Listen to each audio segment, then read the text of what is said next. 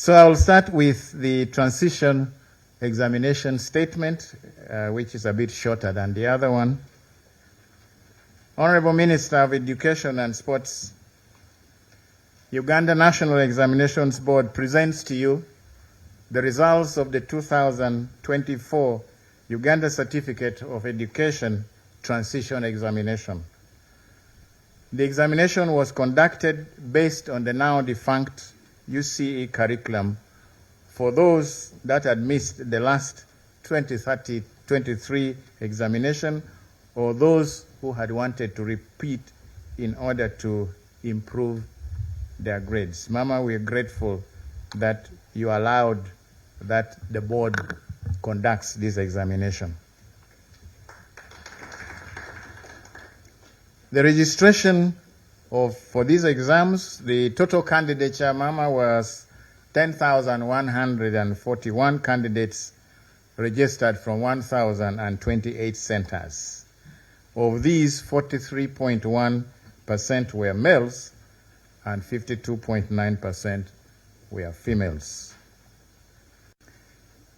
813 or 8% were beneficiaries of the USE program, and the other 88.0 were non-USE. And of the total number registered, 96.1% sat for the examination, and out of those, 4,369 were males and 5,373 were females.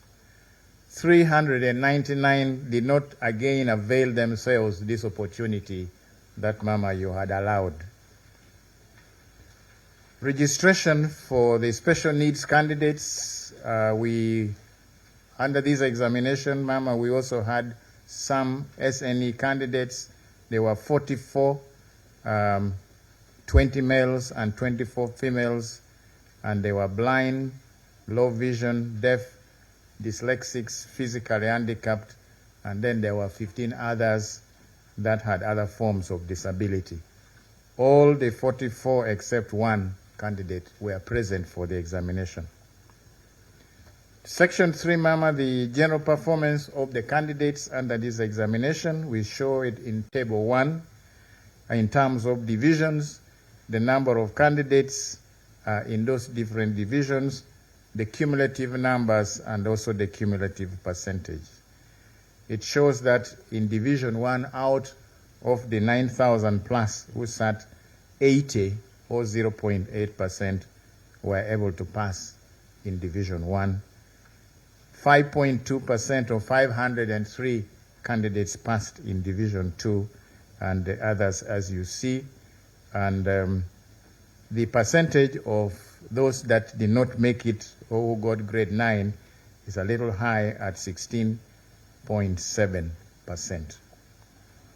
We also compared the performance of the males and the females, as we have done in previous statements, in Table 2, expressed in terms of cumulative percentages at the indicated levels.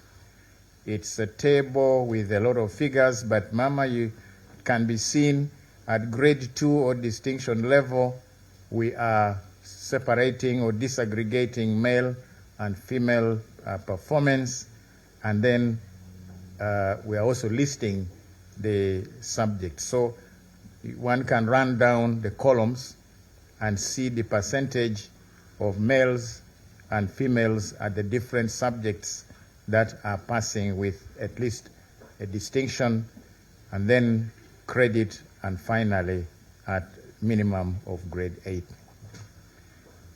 In Table 3, Mama, we've also compared the percentage of divisional passes, showing that in Division 1, the males and female candidates who sat were the same, that is 0.8% in both.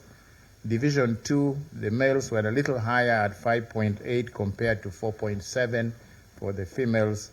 Similarly, at Division 3, the males were also slightly higher at 18.0% compared to 17.1. However, at Division 9, the percentages are more or less the same. We also compared or presented the performance of special needs candidates in table number 4, showing the number of candidates in the different divisions, division 1, 2, 3, and then the type of special needs, the blind, the low vision, and so on. And we can see that a lot of our candidates, these ones who sat, are in division 3 and division 4. There were a few cases of malpractice. About 200 of these learners were found to have involved themselves in external assistance, and their results will be held until we talk to them. Mama, collection of results. These results will be uploaded on the examination center portals, and the heads of examination centers can download their results as soon as you officially release them. We are not providing any hard copies right now, but maybe later on those that are interested will be notified when they are ready for collection. Parents, candidates, and other interested parties wishing to access the results may use the short messaging service, SMS, on MTN and Airtel, as we have always guided. Mama, submission of queries. We again urge the heads of examination centers to study the result lists and submit the queries that they may have on name spellings and other things like that to the board via their portals within 15 working days from today's date.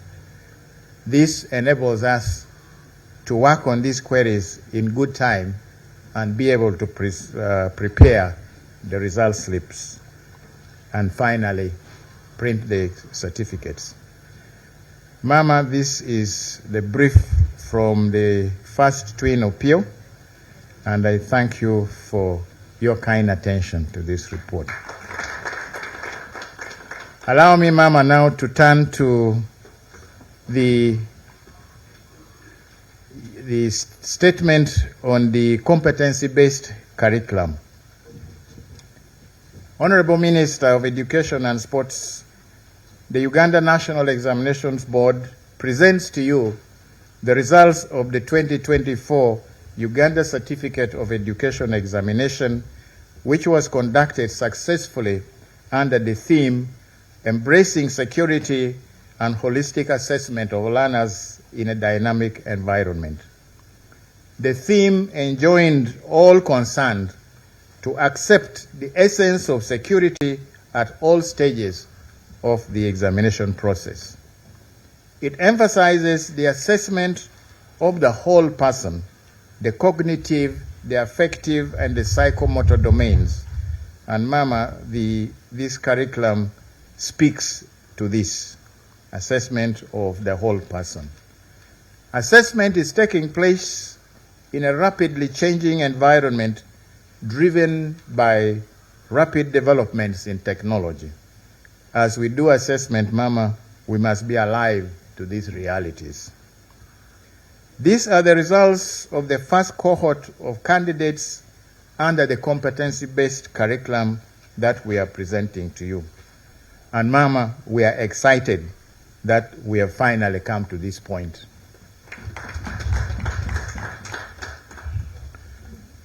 Mama, in 2020, you rolled out the competency-based curriculum for the lower secondary school level.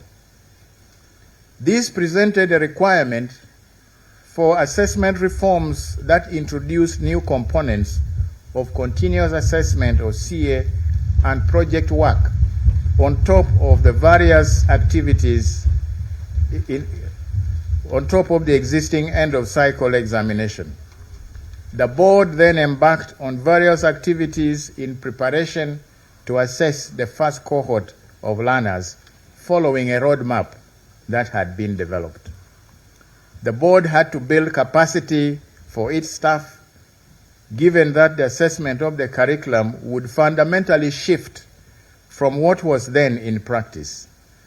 The board then embarked on the development of formats for students' identification to facilitate registration of Senior 3 and Senior 4 learners and tracking their continuous assessment scores in all the schools, not just the ones with UNEB examination centers. Therefore, Mama, a unique format of numbers to identify the learners in schools without UNEB centers was also developed. This was then followed by development of assessment tools, guidelines, training materials, capacity building for teachers as item writers and scorers, benchmarking to pick best practices, and sensitization of key education stakeholders. Mama, the board was able to put in place all the necessary assessment tools, including an in-house software codenamed Assessment Management Information System, or AMIS. We trained a total of 63,041 teachers, of whom 43,741 were male and 19,300 were female. These were teachers of Senior 3 and Senior 4, and we did this throughout the country, and the assessment was, the training was on the assessment of continuous assessment with emphasis on the use of digital assessment tools that we had developed and circulated. The training also included assessment of the project work, which, Mama, is a mandatory component of the curriculum assessment. We retooled 5,200 of the targeted 800 existing examiners to equip them with new skills of scoring under the competency-based assessment. We successfully administered the examination that has culminated into the results that you are due to release.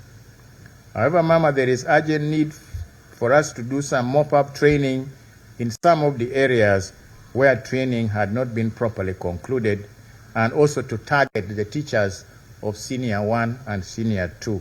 As I said, Mama, the training that was done targeted Senior 3 and 4, those two being the most urgent classes. Important to note, Mama, is that the new assessment comes with a change in reporting and certification, as the board chair has said. The board, in close consultations with the National Curriculum Development Center, has come up with a reporting mechanism that presents the learners' levels of achievement in each subject with a letter grade A, B, C, D, or E.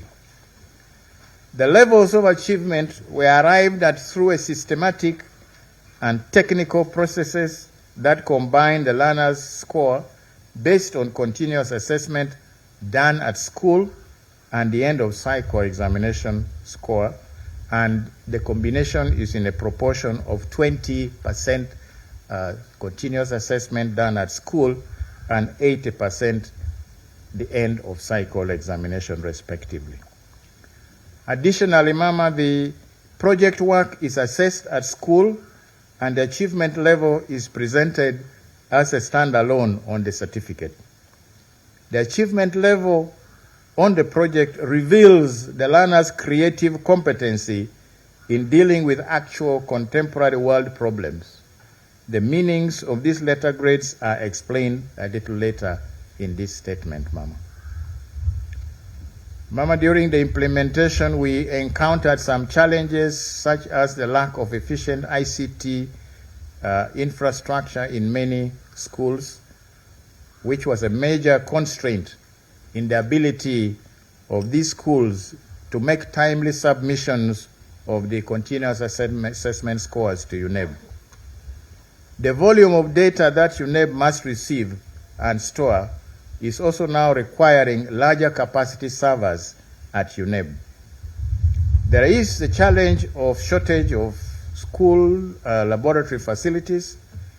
The new curriculum, being skill-based, requires that science labs and workshops are well equipped to give the learners enough chance to create new knowledge through self-learning.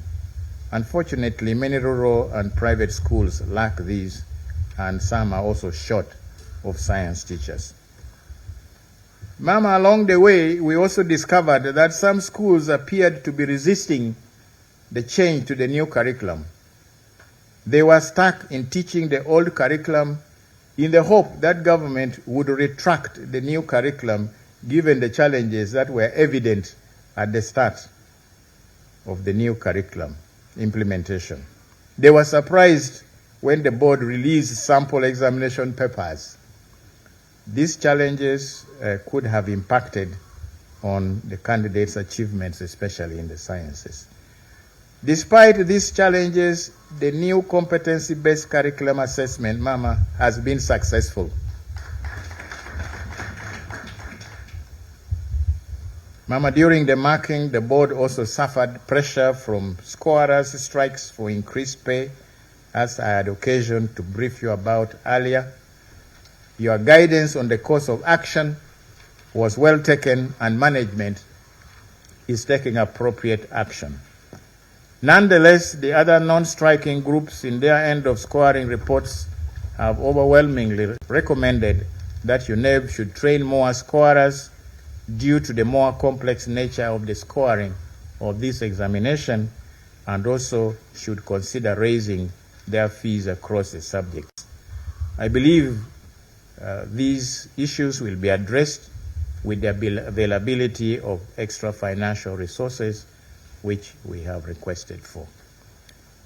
Mama, in section 2 now, I report on the registration of the candidates.